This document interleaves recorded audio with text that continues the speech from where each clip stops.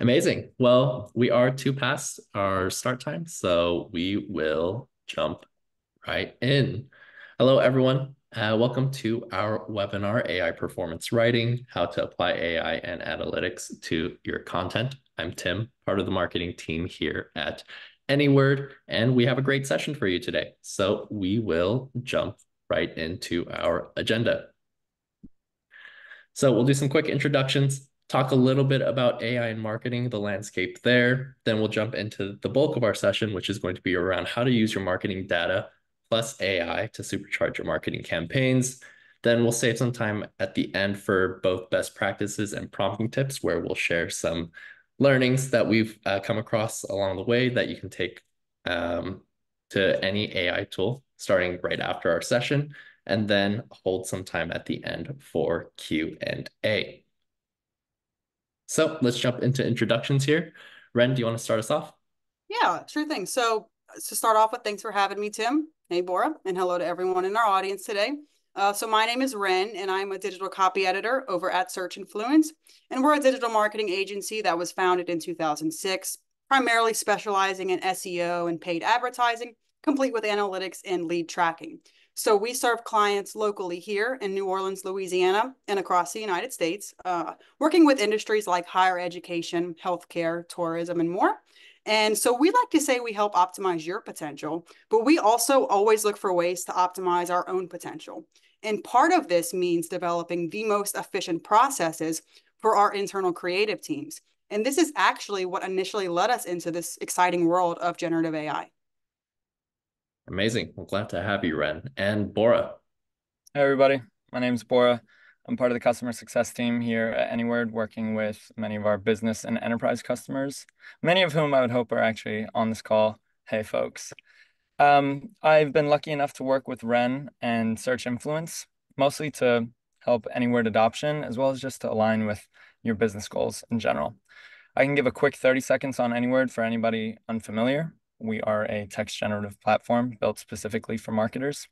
We evolved from a campaign management platform. And so our UX is built specifically for marketers with all of the templates that cater to the channels that you guys actually market out of. And most importantly, what this webinar is about is we help predict the performance of your copy. That prediction, the confidence behind that, is based on the actually billions of data points that we've amassed as a marketing platform, or as a platform management campaign, or sorry, as a campaign management platform. And so to bottle it all up, we'll help you create content faster, all while staying aligned with your brand voice. And most importantly, we'll help you know what's going to perform before you actually publish.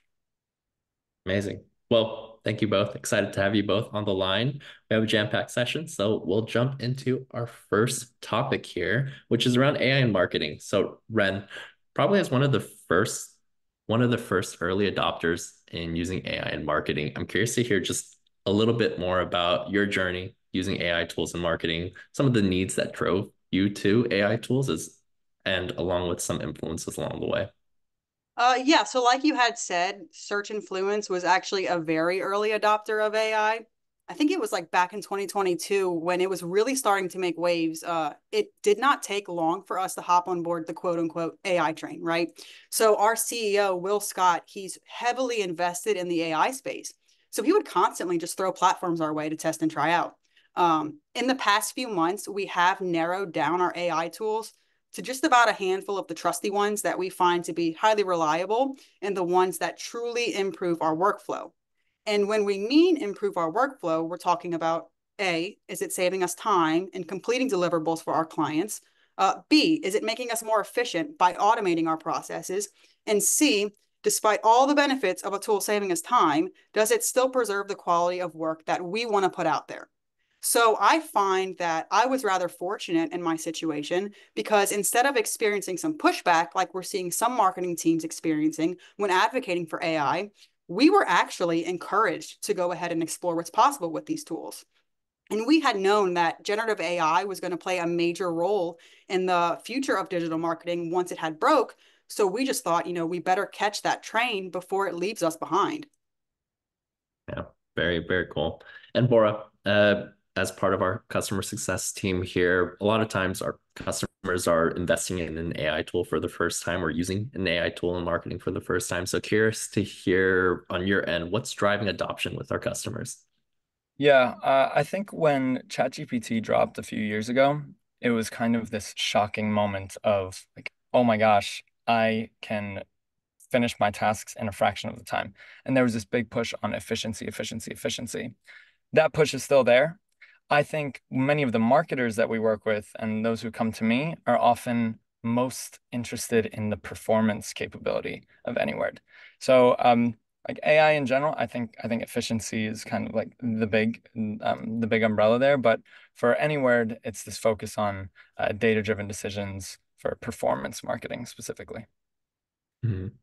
Yeah, and I think that's a really interesting point. I mean, myself, I'll speak from my own experience as a marketer, whether it's efficiency, whether it's performance, I've always felt the pain to deliver on both, but it took a while for me to at least make that leap to starting to use AI tools like Anyword. So, Bora, just to toss it back to you, how are you pushing our customers to actually start using AI tools or Anyword specifically in this case? Um, Pushing, I wouldn't say the push actually comes from us, really. Um, like Ren was saying, there's like the AI train. People see this new, extremely powerful, extremely accessible tool that is AI. And if you're not on the train, there is this kind of sense of getting left behind. So that push already exists. I'm here as a facilitator, right? I'm here to help people become AI fluent and let them see like how much more efficient and successful their work can be with AI and tools like Anyword. Mhm. Yeah, and Ren, just to toss back to you here. You've probably explored a lot of AI tools in the past, and you're currently working with, I know, a handful here. So, just curious to hear a little bit about what opportunities have you had success with so far? Anything that's coming down in the AI space that you're really excited about? Oh, yeah. So we actually find our greatest successes are going to lie in time saving and efficiency. So, like what Bora was saying, but like I had mentioned earlier, those are our biggest indicators of, let's say, whether we want to keep a tool around or we just toss it after a few weeks of playing around in it.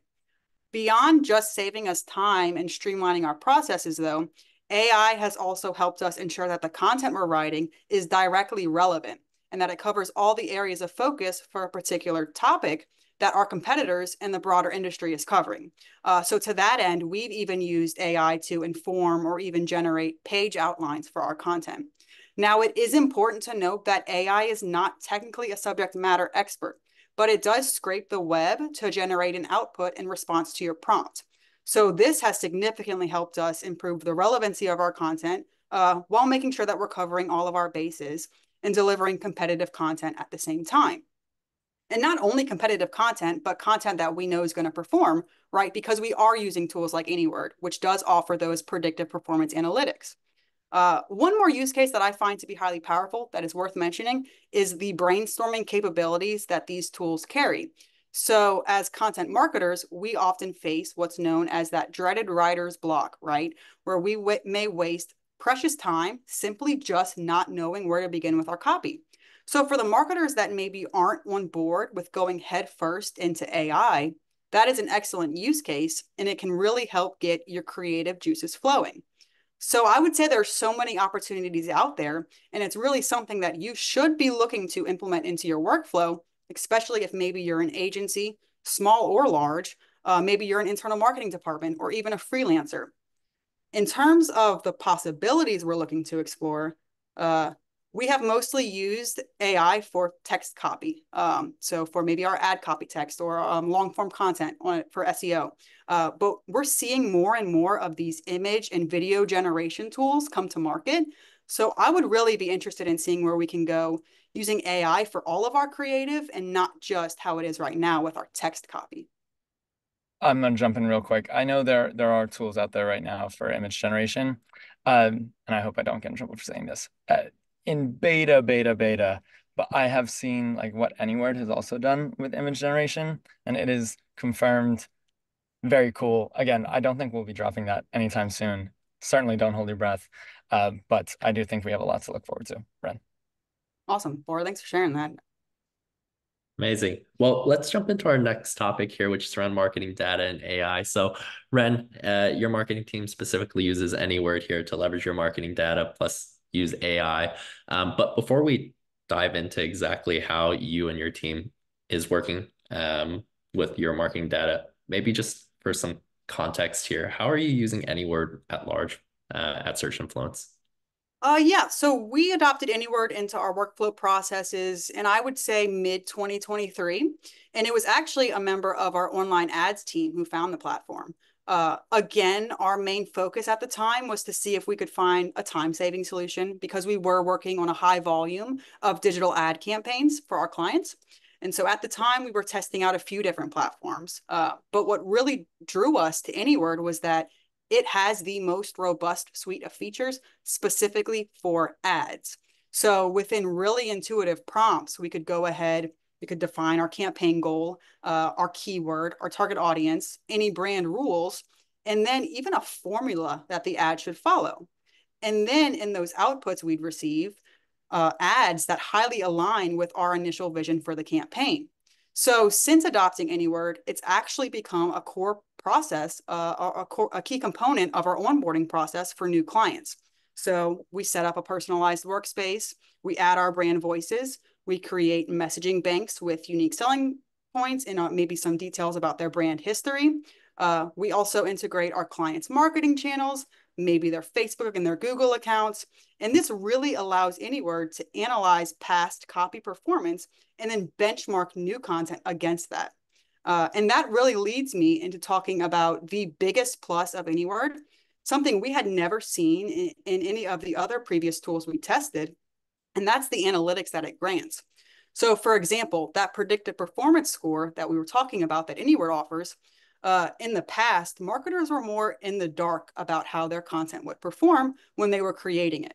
But Anyword actually grants its outputted content some scores that range on a scale from 0 to 100 on how it's likely to perform in the wild. So you're really able to drill deeper into the potential success of your ad campaigns before they even go live. Uh, and today we're mostly using Anywords for, like I said, our advertising campaigns, but we've also used it to write some blogs, some Google business profile posts, and really just help out with any one-off needs that come up throughout our day. Amazing. And I want to touch on predictive performance score a little bit with Bora here. But before then, do you have any results from using Anyword? Oh yeah, so we do have actionable results using Anyword. It does have to do with time savings, and we actually ran a test to see whether we were saving time generating ad copy specifically with Anyword. And we had found that in just 3 months, we'd reduced our time spent on Facebook ad copy by 24%, and we'd reduced our time on Google responsive search by 33%. So yeah, there's definitely some good figures out there that have made the case for continuing our work in Anyword, especially when you go ahead and consider all the performance insights that it grants you as well. Amazing. And just touch back on the predictive performance score, just to give the audience here who might not be familiar with Anyword a little bit more context. Bora, can you share a little bit of how it works and why it ties into this theme of using marketing data and AI to bring better marketing outcomes?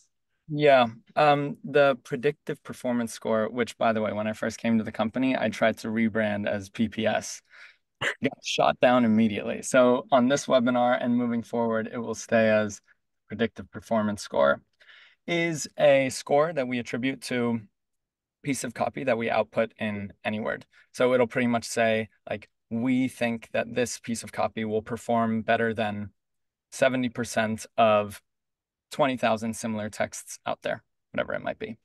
And I think the best way to illustrate this and the best way to actually put the audience to the test and show them how this would come into their day-to-day is with a little test that I know my sales guys like to do. So let's go to the next slide, Tim.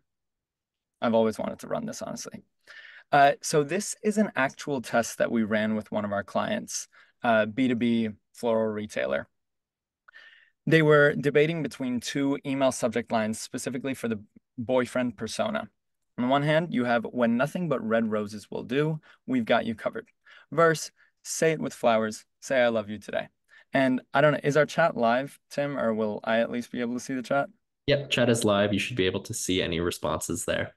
Cool. So I would love to put it onto the audience here and ask you guys, we'll say the left side is number one, the right side is number two. Which of these email subject lines do you think will lead to higher conversions?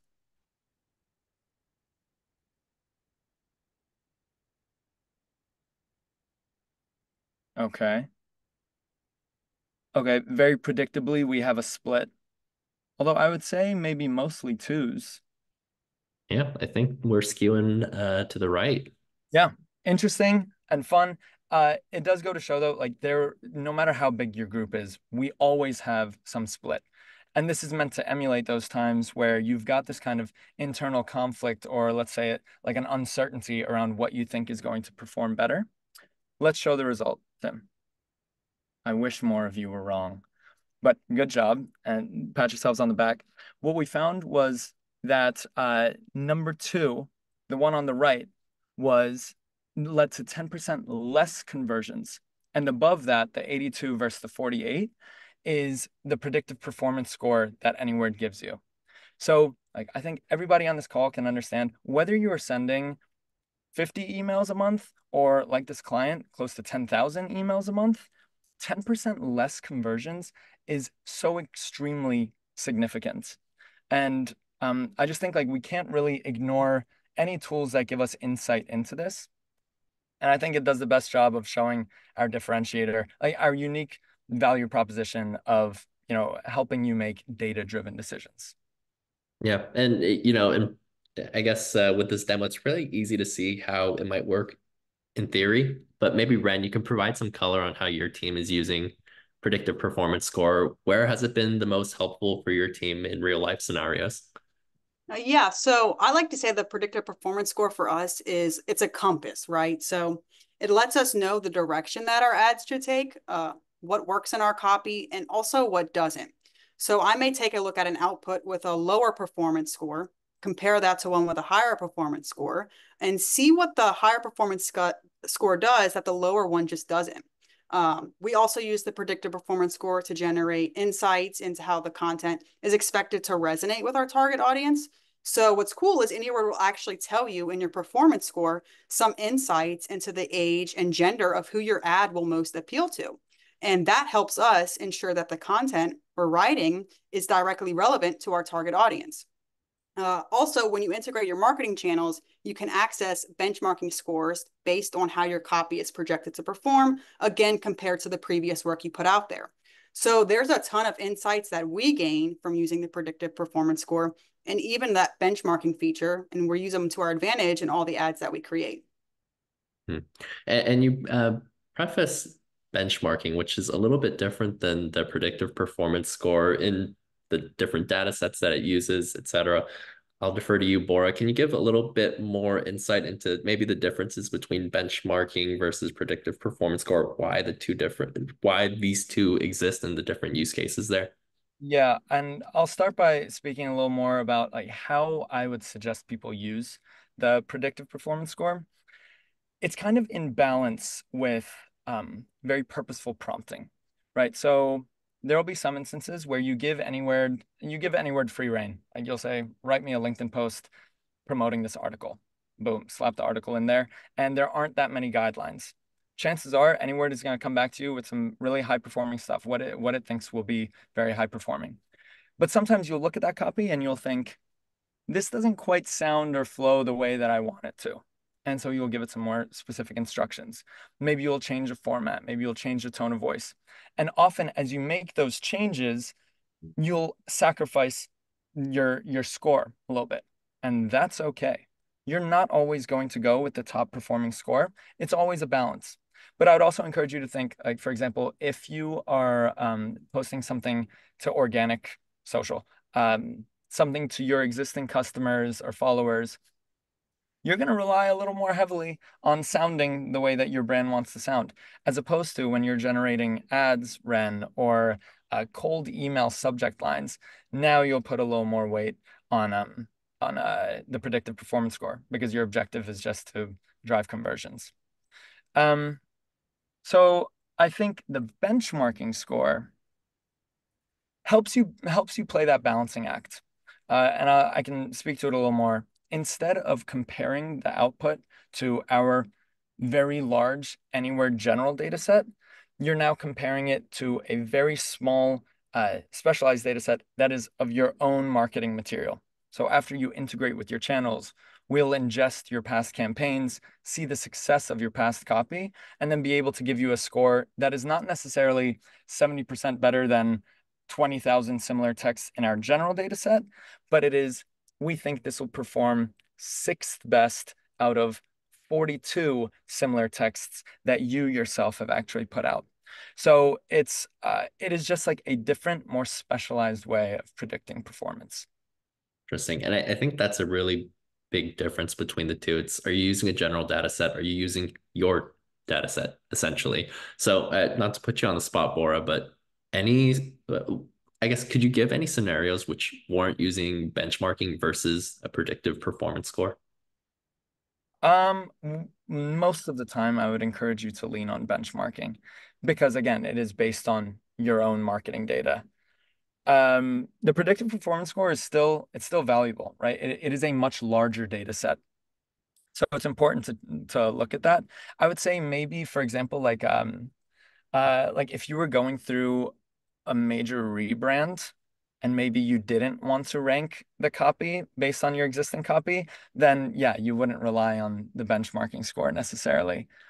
But yeah, that's in general, I would always tell my clients to go for the benchmarking score when you have those integrations.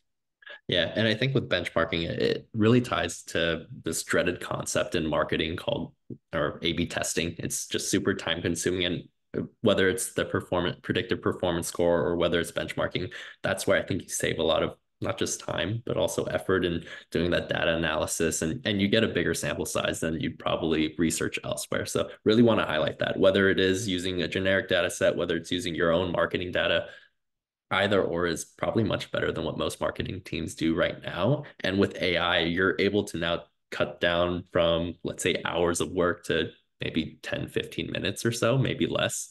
And on that note here, marketing data plus AI, really important. And when you're using AI tools, it's a really great tool to use. At the same time, none of this really works without actually knowing how to use AI. So this is where I want to jump into our final topic here, which is around best practices and prompting tips. What can our audience today take away, and what actionable takeaways can we give our audience to use AI tools a bit more effectively? Before we jump into best practices, maybe it's worth exploring a little bit of the risks that come alongside using AI tools or things that you should watch out for. So, Ren, I'll toss this to you. What risks have you come across when using AI tools? Oh yeah. So the biggest one that I'll start off with, everyone knows it. AI is in its truest form. It is just a robot. So it's not a human. It doesn't have emotions and it doesn't understand context or subtleties in the same way that us as humans do. And as content writers, we do want to produce as human-like content as possible. So that's where you're going to start to see a ton of fluffy content that trickles into this space, where a marketer might just take a mediocre output from, like, let's say ChatGPT, and they immediately go push that live without giving it an editor's pair of eyes. And so in these types of situations, the content often ends up being generic, unimpactful, and incapable of truly resonating with your audience. And so these mediocre outputs also often include AI buzzwords that the models love to use, like unwavering, top notch, unmatched, stuff like that. Whereas someone who is familiar with the AI space, reading that is a dead giveaway that the content was AI generated. And it's not necessarily even a bad thing that the content was, in fact, AI generated, but that it uses the exact same adjectives to describe your services as it would for your competitor, which affects your ability to stand out. There is also the phenomenon to be aware of, dubbed AI hallucination, where the machine may just start spouting misleading or incorrect information while claiming it to be a fact, right? So we've all probably seen it. ChatGPT even has a disclaimer at the bottom of its own site where it's going to inform you that it is capable of making mistakes and to always double check the facts. So again, there is this risk that it could really harm your brand's reputation and your authoritativeness unless you're going behind it and you're fact checking all the important information that isn't common knowledge. I will say that these are all shortcomings that AI as a whole is facing. So it's not just one specific platform you'll see this in. But despite all of these shortcomings, we have to consider that generative AI is fairly new. So we must give it that. And it is making progress quickly. So I'm sure in just a few years, many of these shortcomings that I'm talking about today may not actually be issues as the models go ahead and develop over time. Yeah, I'm on the same boat as you. I think in a few years, we'll probably see AI tools get much better. That being said, people need to use AI tools now. So any workarounds or solutions, best practices that you can share with our audience around how you navigate around some of those risks you mentioned? Yeah, so how I like to mitigate some of the shortcomings we're facing now is to always have that human oversight. So while we may not be producing content from top to bottom on our own anymore, we are still content orchestrators. And what I mean by that is it is our job as copywriters and content marketers to orchestrate all the moving pieces and parts of a piece of copy in a manner that truly flows well. And we like to call the relationship between humans and AI, the AI sandwich. And all this essentially is just the human, which is going to act as your top bun or slice of bread. They go ahead and they prompt the content, and they prompt it well. And then they go ahead and sit back as the AI does its work. And the AI doing its work is going to act as your hearty sandwich ingredients. Maybe your lettuce, your tomato, onion, your turkey, your ham, whatever you prefer on your sandwich. That is the AI doing its work. And then the human, the same human comes behind it, now acting as that bottom bun or slice of bread.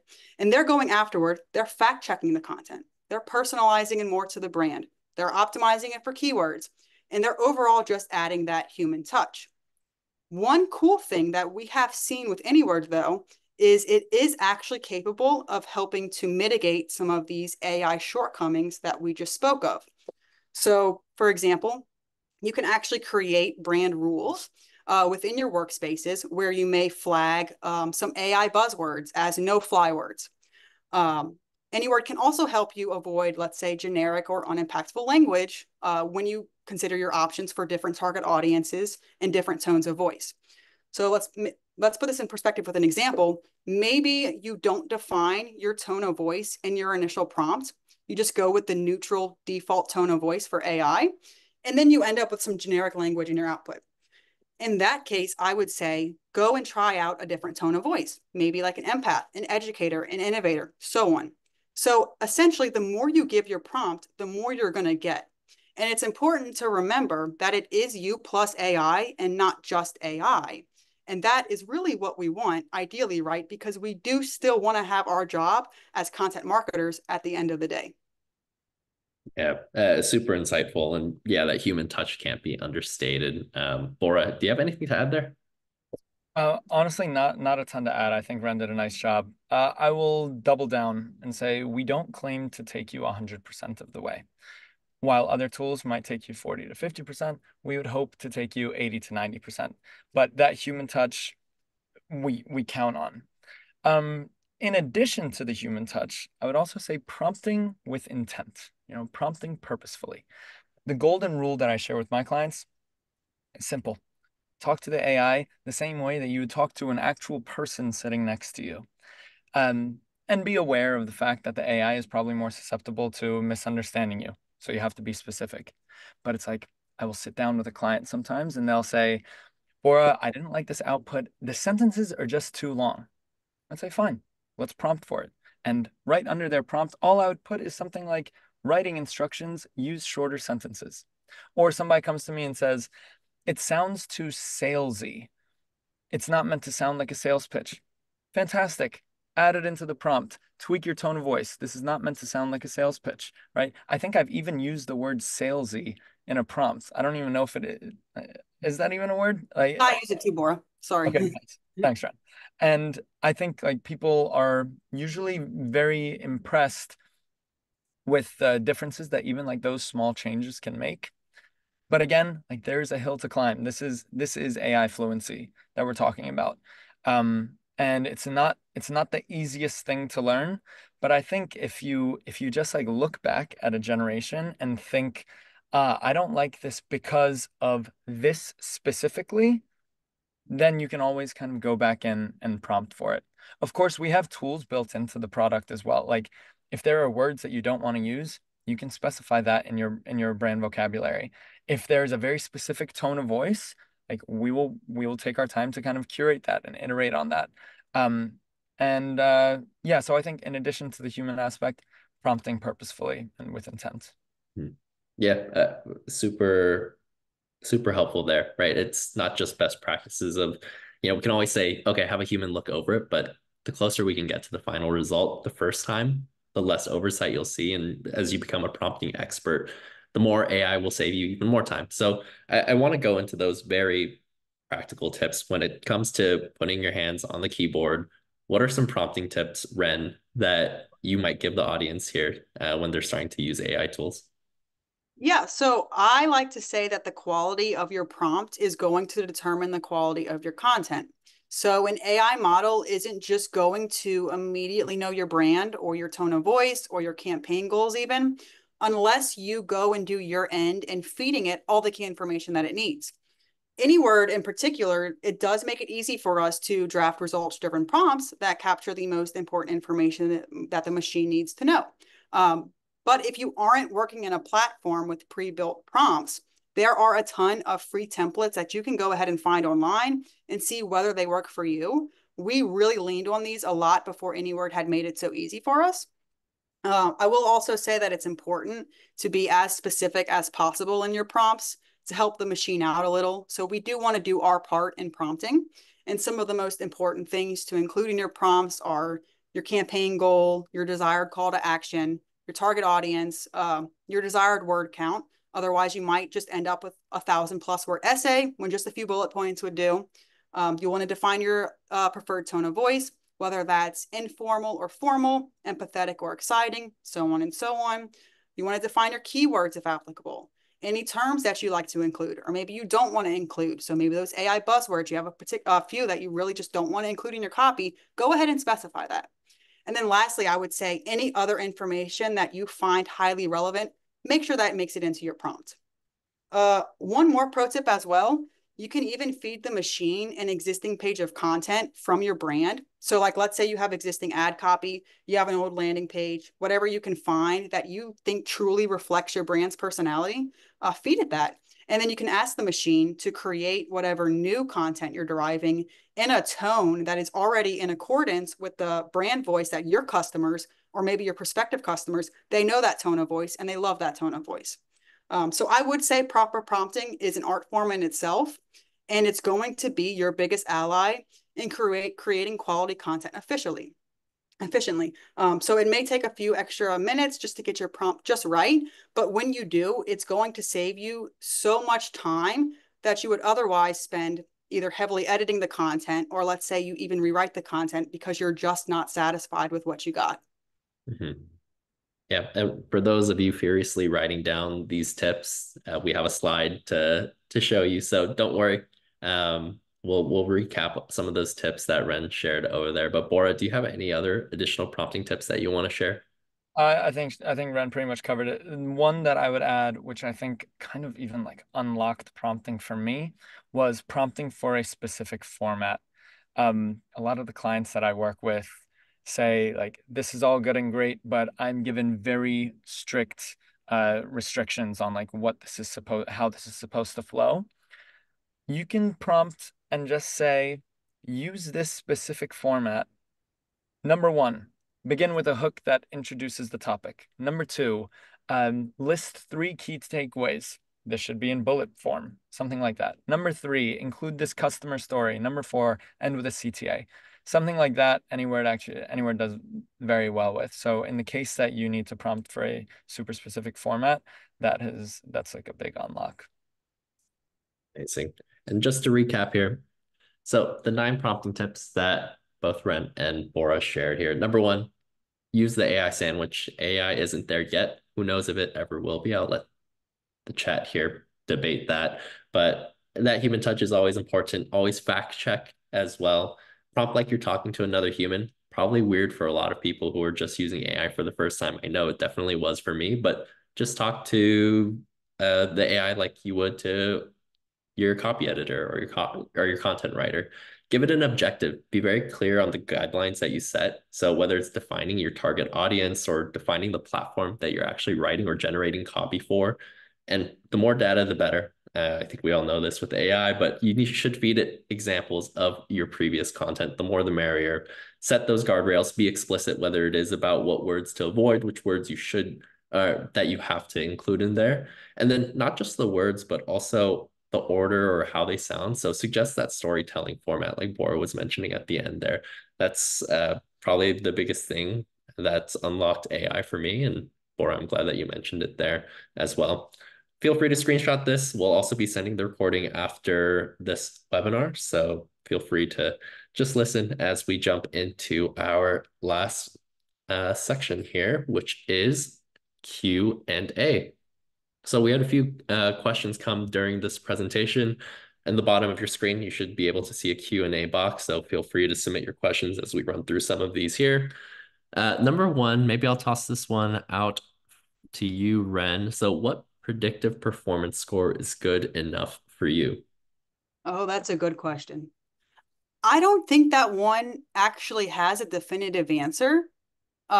So obviously you're gonna want your predictive performance score as high as possible because it can very well help improve your campaign performance. But let's say you get a headline for a piece of ad copy and you find that it just does not align with your brand or maybe your vision for the campaign, but that headline scores in the green at 75 plus. So it's a fairly high score, but it's not your favorite. So in this case, I would definitely say just go with your gut, right? I would never recommend solely focusing your attention on that predictive performance score and using what scores the highest. Ultimately, you know your brand or your client's brand, let's say, you know your target audience, and hopefully you know what resonates with them. And actually, if you don't know what resonates with them, that's where I'd say lean on Anyword because it's always there to help you with that, right? So yeah, I would say there's no hard line of like, well, this scored out of 65, so we shouldn't use it. It is a predictive score. It's not a tell-all. So be sure that you're looking at that performance score as it can really help you guide you in what to include in your copy, but I would never let that be the sole determinant of what you publish. I would just say, though, stay away from anything that scores in the red because that is an indicator that it's not likely to perform well. Amazing. And Bora, maybe you can give some context into what you're seeing from other customers as well. Yeah, again, I do think Ren kind of covered it well. I would say think about it more as like a comparative score. But also keep in mind that different templates will give you different scores for different content matter, right? So like uh, promoting this webinar on LinkedIn will perform better than if you're promoting it on Instagram, for example. And so like that post as a LinkedIn post will be a better score than as an Instagram post. I try not to give any super hard lines because sometimes, say you are going to promote this on Instagram and that is just what it's going to be. You might just be working in a slightly different, like a slightly lower range. Um, but I tell people not to get too caught up. Like, don't even get too caught up with like a 60 versus a 65. You can think about it more as like low, medium, and high. Yeah, I think those are probably best practices. Mhm. Great. Another question here that I'm seeing, Bora, I'll toss this one to you. Is Anyword's goal to replace the need for a copywriter? Um, like short answer, no. And I think we've actually alluded to it quite a lot, even on this call, is how important the human touch is. But also, Ren, I will actually toss that to you as you have maybe seen it, possibly felt it. You can probably speak to it better than I can. Yeah. So to add to your point, Bora, I don't think any AI's job is going to be to replace the need for a human writer.